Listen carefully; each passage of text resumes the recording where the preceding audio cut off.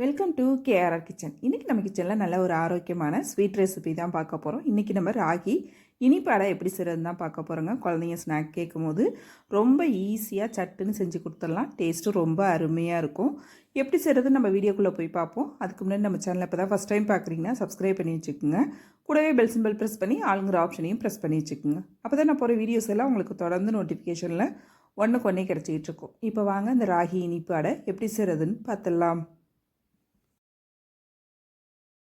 இப்போ ராகி அடை செய்கிறதுக்கு ஒரு 2 கப் அளவுக்கு ராகி மாவு எடுத்துக்கிறேன். இது வந்து வீட்டில் அரைச்ச மாவு இல்லை கடையில் வாங்கின மாவு எது வேணாலும் நீங்கள் எடுத்துக்கலாம். அதே கப்பால் பார்த்திங்கன்னா ஒரு அரை கப் அளவுக்கு தேங்காய் துருவல் சேர்த்துருக்கேன். ஒரு 2 டேபிள் ஸ்பூன் அளவுக்கு தேங்காயை வந்து பல்லாக இது போல் கட் பண்ணி சேர்த்துக்குங்க. சாப்பிட்றப்ப நல்லாயிருக்கும். 1 டீஸ்பூன் அளவுக்கு ஏலக்காய் தூளும் கொஞ்சம் உப்பும் சேர்த்து வச்சுருக்கேன். அதுக்கப்புறம் பார்த்திங்கன்னா நம்ம மாவு அளந்த கப்பால் 1 கப் அளவுக்கு வெல்லத்தை நல்லா இடிச்சிட்டு அளந்து எடுத்துக்குங்க. 2 கப் அளவுக்கு தண்ணி சேர்த்து வெல்லத்தை கரைச்சி எடுத்துக்குவோம். பாகுபதம்லாம் எதுவும் தேவையில்லை, கரைச்சி மட்டும் எடுத்துக்கிட்டோம்னா போதும். இப்போ நல்லா இது கரையட்டும்.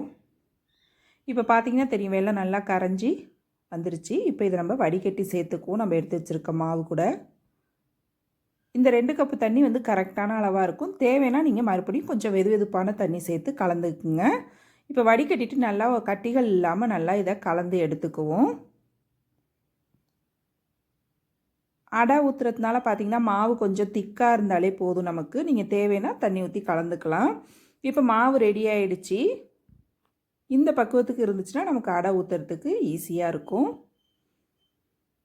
இப்போ அடை ஊற்றுறதுக்கு தோசைக்கல் வச்சுருக்கேன். அதில் லைட்டாக எண்ணெய் ஸ்ப்ரெட் பண்ணி விட்டு நம்ம ஒரு குழிக்கரண்டி அளவுக்கு எடுத்து இது போல் லைட்டாக ப்ரெஸ் பண்ணி விடுங்க. கொஞ்சம் லேசாக கனமாக இருக்கிற மாதிரி ஊற்றிக்கிங்க.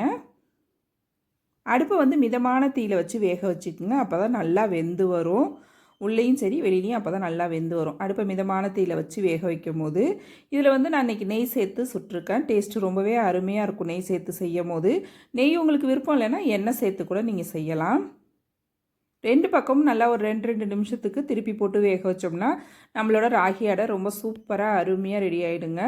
ரொம்ப ஈஸியாக செஞ்சிடலாம். ஒரு 5லேருந்து ஒரு 10 நிமிஷத்துக்குள்ளே நம்ம இந்த ரெசிபி செஞ்சிடலாம். இந்த இனிப்பாடையில் பார்த்தீங்கன்னா வெல்லத்துக்கு பதிலாக கருப்பட்டி சேர்த்து செஞ்சீங்க அப்படின்னாக்கா டேஸ்ட்டு இன்னுமே ரொம்ப நல்லாயிருக்கும். உடம்புக்கும் ரொம்பவுமே நல்லதுங்க.